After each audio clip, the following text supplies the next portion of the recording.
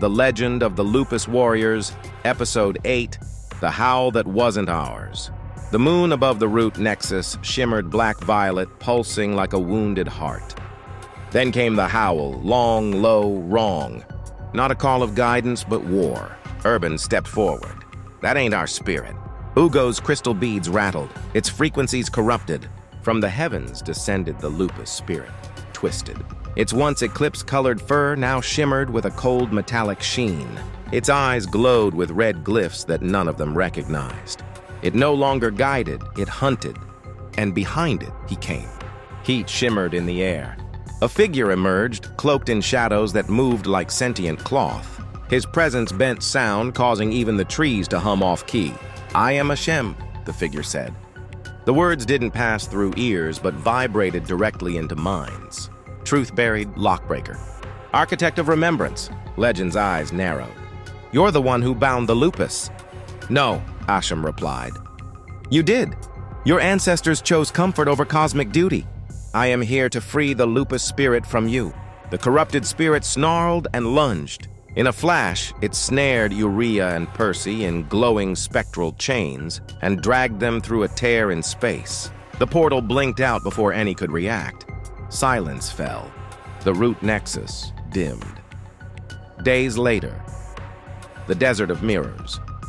Urijah awoke inside a realm of glass and flame, glyphs burning across his chest, Kemetic sigils rewritten with corrupted frequency. Ashem stood before him. "You were the sun's favorite," he said, "but it left you. Now burn the world with me." Nearby, Percy trembled. Crimson mist curled around his limbs as the earth pulsed beneath his feet, dark and angry. Ashem laid hands on his shoulders. "You feared breaking what you loved. Now become what cannot be broken." Obsidian crystals marked with lupus sigils were pressed into their palms. They screamed, not in pain, but in transformation. Back at the Root Nexus lake sat by the crystal grove, meditating. She channeled ancestral frequency through her bloodstream, searching for her brothers. "They're not gone," she said, "but they're altered." Pia dug fingers into soil. Their roots are tangled. Sage spread open brittle scrolls. "There's a prophecy. When the lupus howls backwards, twin lights shall fall and rise as weapons." "Twin lights?" Urdora whispered. Urijah and Percy. They prepared for battle. The return of the twins. The ground cracked. A beam of red and black light erupted from the center of the nexus. From it stepped Urijah and Percy, changed. Urijah's once golden aura now burned like a dying star. His movements were fluid, but hollow. Percy's arms had transformed into glowing basalt marked with runes, and his heartbeat echoed like thunder. "Step aside," Urijah said. "We no longer serve the lupus. We are it." Lakota stepped forward. "That ain't you, that's what he made you." "Then he made us true," Percy growled, and charged. Battle among kin.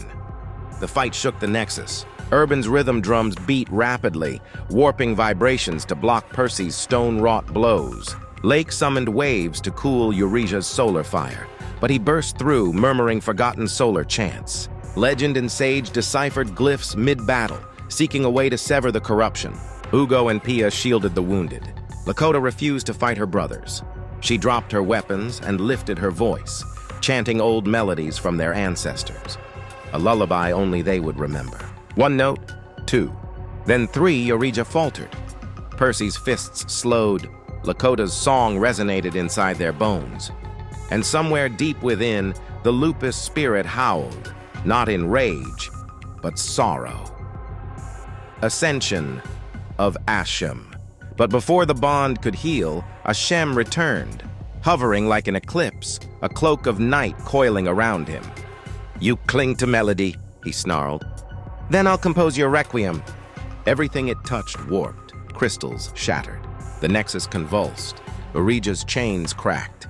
With a defiant scream, Urijah shattered the remaining binds and grabbed Percy, diving into the spirit stream. The two vanished into a swirl of ancestral memory. Ashem didn't flinch. "Let them run," he whispered. "The lupus has more than one howl." He raised his arms, and across the realms, something stirred. Beneath the mounds, across oceans deep in the Shadowlands, the Echo Eaters began to awaken, to be continued.